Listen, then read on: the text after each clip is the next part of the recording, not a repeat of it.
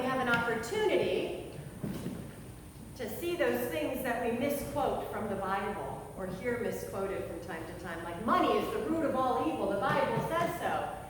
Well, now you can say it doesn't say so. It says the love of money. There's a distinction. Money is a tool. It's a neutral item. But that obsession, that greed, that love of money, that striving, that insatiable striving, that is the root of certainly many evils. Paul, writing to a young protege, Timothy, urges Timothy to have contentment with what he already has, cautioning Timothy against overvaluing financial wealth or status or popularity or being right or academic success or career success, any of those things, too much, rather than valuing what God has already provided. Because we know, like Timothy and Paul, that if we get those values twisted up, we start to slip into some dangerous territory. I want to share once again, and I might even share it another time, this definition of wealth and poverty that I've been chewing on ever since going to Seattle on pilgrimage, going to Honduras and Appalachia on ministry trips, and I want you to chew on this definition with me, which is why I'm using some repetition here. And also, I think it really relates to the scriptures today. Wealth is having access to pathways that lead to human flourishing. Poverty is a lack of access to those pathways that lead to human flourishing. It's not your bank account status. It's not how much money you have in your wallet right now. True wealth, well-being, and flourishing is much more than money. It comes from having multiple access points that enable you and your loved ones to thrive, to flourish.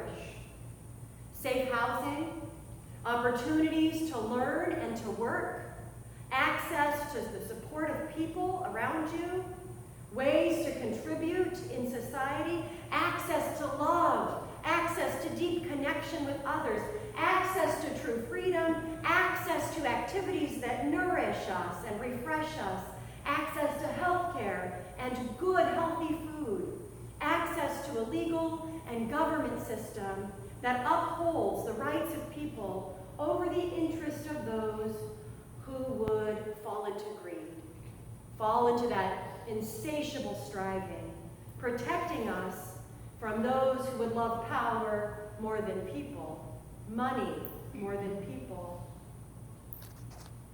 As we chew on those definitions, we have to look at our own sense of our wealth and well-being and our poverty. We all have experiences of access, and we all have experiences of lacking access. There is not like one group of wealthy and one group of poor, but rather we have a lot of different experiences of both.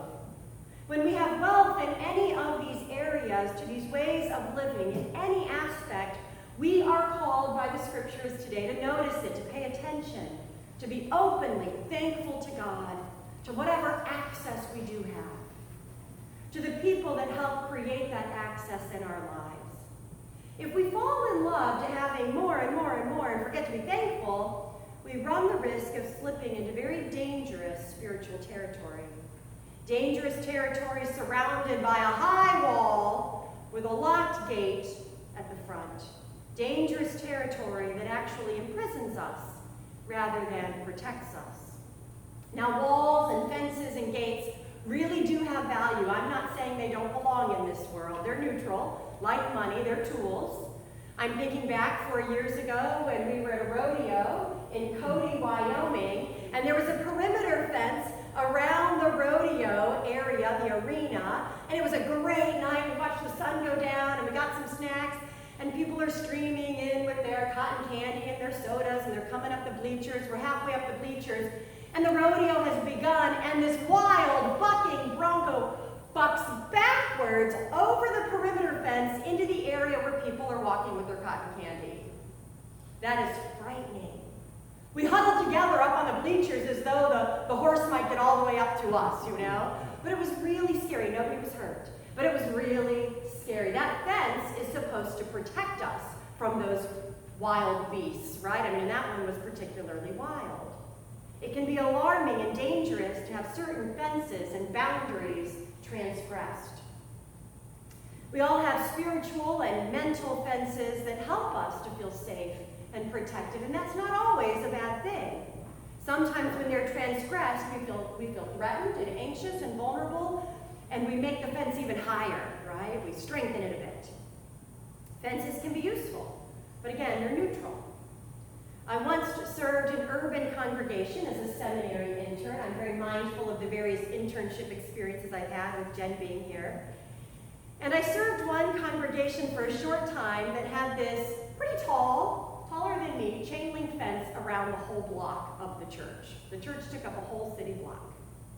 And they had this fence around the church to keep people from crossing their lawn to get to the nearby bus stop that really was pretty much on their property. When I asked somebody that had been there for generations about that fence, he told me quite proudly that their lawn was looking great, wasn't it? And it did. It looked pretty good. And he was very proud also that they had taken down the barbed wire that was at the top, that used to be at the top. Can you imagine a church with a chain link fence around it and barbed wire? I'm glad they took down the barbed wire before I got there. I think that would have been really startling.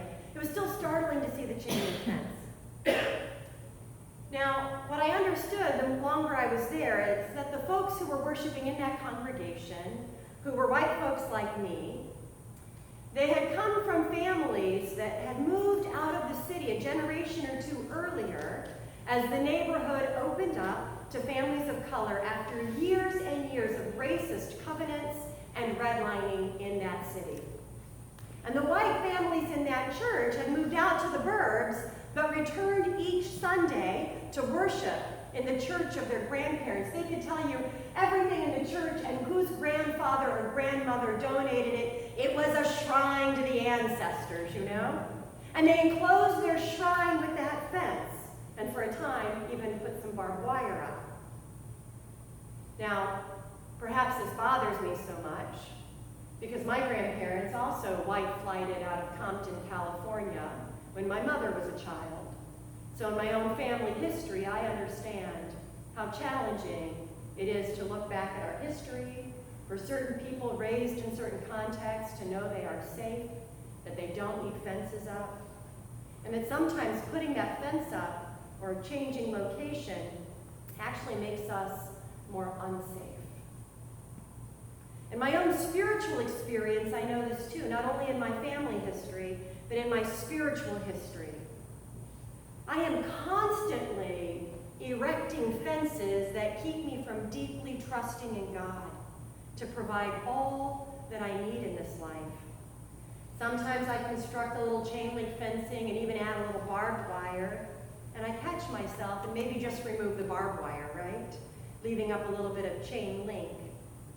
I long to open the gates wide, perhaps even like that wild horse, to wildly and confidently buck over the fences altogether, where the fear and control and distrust fade away. These are spiritual fences, fear and control and distrust, and we are called to trust God, like our psalmist writes in the second verse, "My God, in whom I put my trust." That's not a done deal, it's a project we're all working on.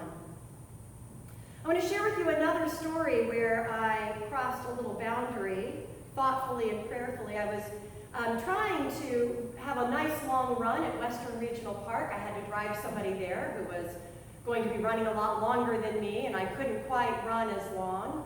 And so I left, and I went and got a Dunkin' coffee, and then I still had about 20 minutes before that person's run was over. And I thought, well, 20 minutes, I can sit here and maybe just check my email. Oh, I'll pop over to Hilda's Place. I haven't been there yet. For those of you who don't know, Hilda's Place is a substance use disorder treatment center that went into the same shopping center as Subway. It had just opened up, it was springtime, and I was curious about it, and I wanted to see if there was some way that St. Andrews could be supportive. Now, I was in my workout clothes because sometimes this acts like another type of fence. This collar sometimes says, there's a fence around this. Literally, there's a fence around this, right? So I thought maybe it's ideal that I'm going there all normal, like I really look. And I also had a blue warm welcome mug in my car that I forgot to give to somebody else. So I wrote a little note, and I took the warm welcome mug into Hilda's place because it's easier to cross into new territory when you're bearing a gift. I think it just is easier for me. So I walk in, and there's not much going on, and I chatted with the assistant director and introduced myself, and we were having a nice conversation. Well, a whole shuttle van full of people pulls up, and all these folks get out that have been living together and come in together for treatment.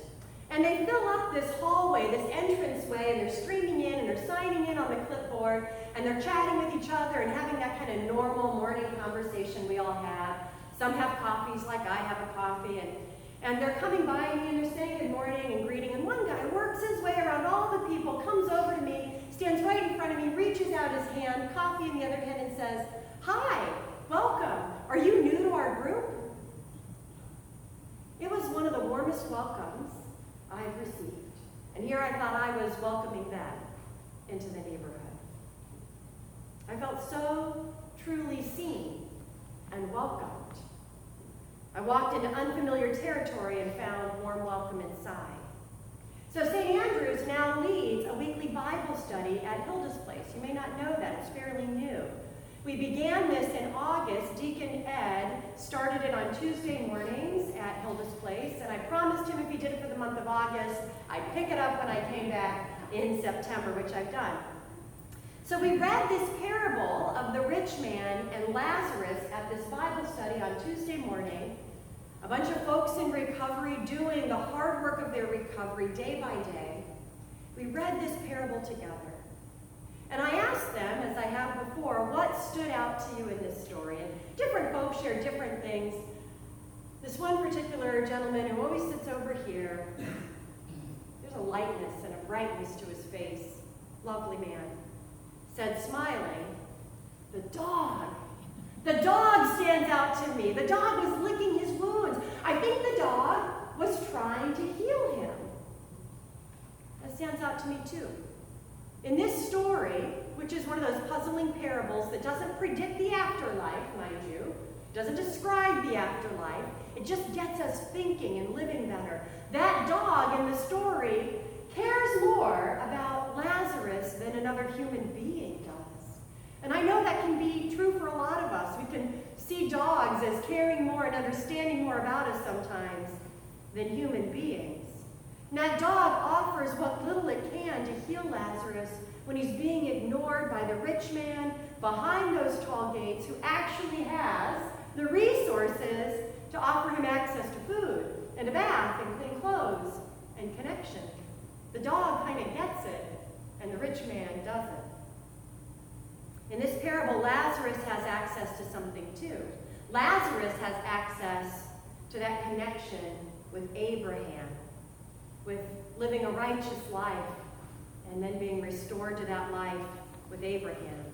And the man behind the safety of those gates does not have that access.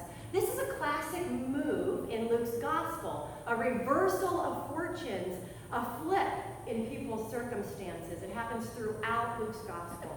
Here the territory is flipped. One has all, the other has nothing on earth. And then in the afterlife, one has nothing and the other has it all. So I don't think this story is about which of us are going to heaven. I think it's about paying attention to who sits just outside the edges of our carefully maintained lawns, who we've been avoiding and ignoring, who lacks access to flourishing that we might be able to offer, who might also offer us access to some type of flourishing that we long for. We can have access to a good life and share that access with others. By pausing to be thankful for the access we already have, we can look around in that place of gratitude and consider who's outside the gates of this access. And we can say to them, like it was said to me, "Hi there, welcome. Are you new to our group?" Communities of faith at their very best share access of all kinds with one another. We build upon one another's access so that we all flourish. People listen and share what they know, enhancing each person's access to those pathways where they will thrive. I have known this in this congregation, in my own life. I have flourished because of some of the access other people here have shared with me, and I pray you know how much that access means to your flourishing as well. We all do this for one another, sharing our access, growing and flourishing together, because that's what church is, the body of Christ that is flourishing together. If there's an area of your life where you are longing for some access, where you are not experiencing flourishing, here you are in a community of people who can help and offer access in the ways they are able. Open the gate in your own spiritual being and seek out a neighbor, somebody who can share their access with you. I am deeply thankful to God for how this community cares for one another, for the ways that St. Andrew's folks create access for one another to flourish. And out of that experience, welcome neighbors and strangers into that community experiencing of flourishing all together.